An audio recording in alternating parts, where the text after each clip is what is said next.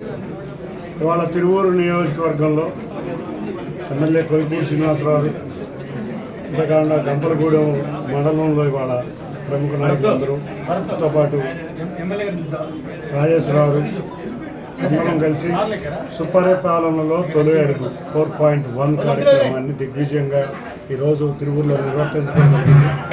ఈ 4.1 అంటే చంద్రబాబు నాయుడు గారు 4 సార్లు ముఖ్యమంత్రి పదవి చేపట్టి 5వసారి మొదటి సంవత్సరం పూర్తయిన సందర్భంగా 4.1 కార్యక్రమం జరిగింది. ఈ కార్యక్రమం యొక్క ముఖ్య ఉద్దేశం, మేము అధికారంలోంచి వచ్చినాక ఎన్నో సంక్షేమ అభివృద్ధి కార్యక్రమాలు చేశాం. ఈ సంక్షేమ అభివృద్ధి కార్యక్రమాలు ఫలాలు ప్రజలకు అందుతున్నాయా లేదా అని తెలుగుదేశం ఎమ్మెల్యేలు, ఎంపీలు, మంత్రులు, అంతేకాకుండా కేంద్ర మంత్రులు, ఆఖరికి ముఖ్యమంత్రి గారితో సహా నాయకులు, కార్యకర్తలు అందరూ కూడా ఈ నెల రోజులు ప్రజల వద్దకే వెళ్ళి ఈ అభివృద్ధి అందుతుందా లేదా, అంతేకాకుండా సంక్షేమ పథకాలు అందుతున్నాయా లేదా, ఏదైనా చిన్న చిన్న పొరపాట్లు ఉన్నాయా, ఇవన్నీ చూసి సమీక్షించి అందరికీ కూడా సంక్షేమం అందే విధంగా ఆయన చేశారు. అందులో భాగంగా ఇవాళ పర్యటిస్తుంటే చాలామంది మహిళలు చాలా ఆనందంగా ఉన్నారు. ఎందుకంటే ఇవాళ తల్లికి వందనం కార్యక్రమం ద్వారా ప్రతి బిడ్డకి, చదువుకునే ప్రతి బిడ్డకి 15,000 రూపాయలు ప్రభుత్వం వేయటం జరిగింది. అదే అంతేకాకుండా గ్యాస్ సిలిండర్లు వచ్చినాయి. రేపు ఆగస్టు 15 నుంచి మనం ఫ్రీ ఉచిత బస్సు సర్వీస్ కూడా ఇవ్వబోతున్నాం. వీటన్నిటికీ మించి ఈ నెలలోనే రైతు బంధు కార్యక్రమం కూడా జరగబోతుంది. అంటే అన్నా క్యాంటీన్లు ఓపెన్ చేసాం. సంక్షేమం మనం చూస్తే పెన్షన్లు మొదటి రోజు నుంచి ఇవ్వడం మొదలుపెట్టాం. సూపర్ 6లో అన్ని పథకాలు ఆఖరికి ఈ 3-4 నెలల్లోనే గౌరవ ముఖ్యమంత్రి వారు నారా లోకేష్ గారికి ఒకటే చెప్పారు, నిరుద్యోగ వృత్తి కూడా అరేంజ్ చేద్దామన్నారు. అంతేకాకుండా P4 కార్యక్రమంలో ప్రతి ఆడబిడ్డకి 1,500 ఇచ్చేది P4 కార్యక్రమంలో లింక్ చేసి చేద్దామని సూపర్ 6 పథకాలన్నీ కూడా ప్రజల ముందు తీసుకెళ్తాం. మేము త్వరగా చేద్దాం. ఇంత క్లిష్టమైన ఆర్థిక పరిస్థితుల్లో కూడా అన్ని సూపర్ 6 ఇవ్వడం చేశాం. గత ప్రభుత్వం చూసాం మనం. ప్రతి బిడ్డకి తల్లికి వందనం అని అమ్మఒడి అని ఒక బూటకపు ప్రచారం చేసి వాళ్ళ ఒక్క వ్యక్తికి చదువుకున్న ఒక్క వ్యక్తికే అందులో కూడా కరోనా అని 2 సంవత్సరాలు ఎగ్గొట్టిన చూసాం. కాబట్టి సంక్షేమం అభివృద్ధి ఉండాలంటే గౌరవ ముఖ్యమంత్రి నారా చంద్రబాబు నాయుడు గారు కూటమి ప్రభుత్వమే ఉండాలని ప్రజలు కోరుకున్నారు. తప్పకుండా మేము చేసిన కార్యక్రమాలు ఈ నెల రోజులు ప్రజలకు వివరించడంలోనే కాకుండా రేపు రాబోయే కాలంలో మరిన్ని కార్యక్రమాలు ప్రజలకు అందించి సుపరిపాలనలో తొలగడిగిన సుపరిపాలనను పూర్తి చేసుకుంటామని తెలియజేసుకుంటూ ఈ అవకాశం ఇచ్చిన అందరికీ పేరు పేరున ధన్యవాదాలు. సార్ మీరు ఇన్ని అభివృద్ధి కార్యక్రమాలు చేస్తుంటే వైసీపీ వాళ్ళు బాబు షూరిటీ, భవిష్యత్ గ్యారెంటీని మోసం గ్యారెంటీగా చిత్రీకరిస్తున్నారు. వాళ్ళకి మీరు ఎలా సమాధానం చెప్తారు? అదే కదా, మేమైతే ఏదైతే షూరిటీ ఇచ్చామో ఆ షూరిటీకి ప్రజలకు జవాబుదారీగా మేము ప్రజల దగ్గరికి వెళ్తున్నాం. వాళ్ళు ఏదో ప్రజల దగ్గరికి వెళ్తానని చెప్పారు, బూట కబుర్లు చెప్పారు, డ్రామాలు చేసేటప్పుడు. అదొక డ్రామా కంపెనీ.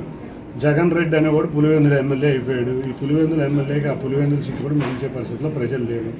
ప్రజల్లో కనపడతానన్న ఒక్క నాయకుడు ఒక్క గ్రామంలో కనపడలేదు. వీళ్ళకి మీడియాలకి, అది కూడా మీడియాలకు కూడా అంత మీడియాలకి కూడా కలవడం, సొంతగా రికార్డింగ్స్ ఇస్తారు. వీళ్ళు ప్రజల్లోకి రావడానికి భయం. ఎందుకంటే ప్రజలు చెప్పుతో కొడతారు వీళ్ళు చేసిన అన్యాయాలు, అక్రమాలు.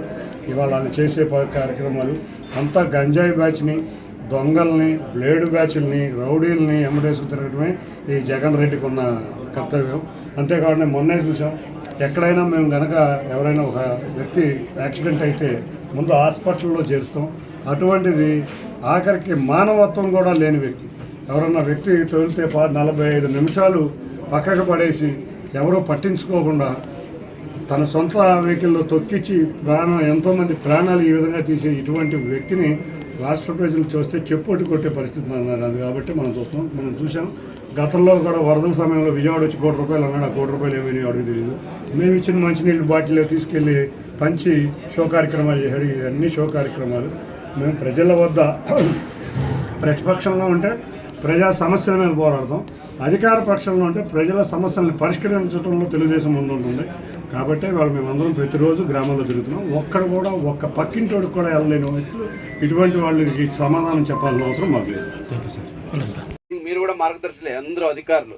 మేము డిపార్ట్మెంట్లో ఉన్న స్కీమ్స్ని ఇంప్లిమెంట్ చేస్తే ప్రాపర్గా మీరు కూడా మంచి మార్గదర్శులే. సో అది సక్రమంగా జరిగితే ప్రతి ఒక్కరు ఏదైతే last person in the queue అని చెప్తాం, ఏదైతే చివరి పర్సన్ ఉంటారో, సో ఆర్థికంగా కానీ సామాజికంగా కానీ ఆయనకి ఇబ్బంది ఉంటాయో వాళ్ళు ఎదగడానికి అవకాశం ఉంటుంది, సమాజం బాగుంటుంది అనేది సీఎం గారి ఉద్దేశం. దీన్ని ముందుకు తీసుకెళ్ళడానికి అధికారులందరూ కృషి చేయాలి. ఎన్టీఆర్ జిల్లాలో అయితే వదిలేదు లేదు. నెగ్లిజెన్స్ కానీ ఎక్కడైనా ఏషాలు వేయడము, నేను నా దగ్గరకు వచ్చి అడిగితే నేను చెప్తాను, మీరు వచ్చి అడగలేదు కదా అందుకు ఇవ్వలేదని ఏషాలు వేస్తే తాట తీస్తా. మీరు వెళ్ళి రైతుల దగ్గర కూర్చొని చెప్పాలి. ఆడియో కూడా ఇప్పుడే టార్గెట్ ఇస్తున్నాను.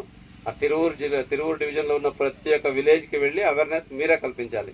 మీ స్టాఫ్కి టార్గెట్ ఇవ్వండి. నేను మళ్ళీ ఇంకొకసారి ఏదో ఒక విలేజ్ ర్యాండమ్కి వెళ్ళి ఒక రైతుని పిలిపించి అడుగుతాను.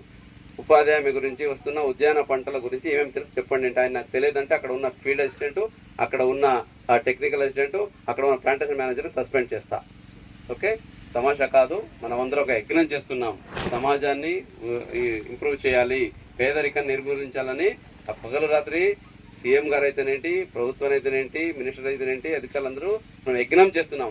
ఈ యజ్ఞానికి ఎవరైనా భంగం కల్పించాలని ఆలోచించినా కూడా జాగ్రత్త, ఖబర్దార్.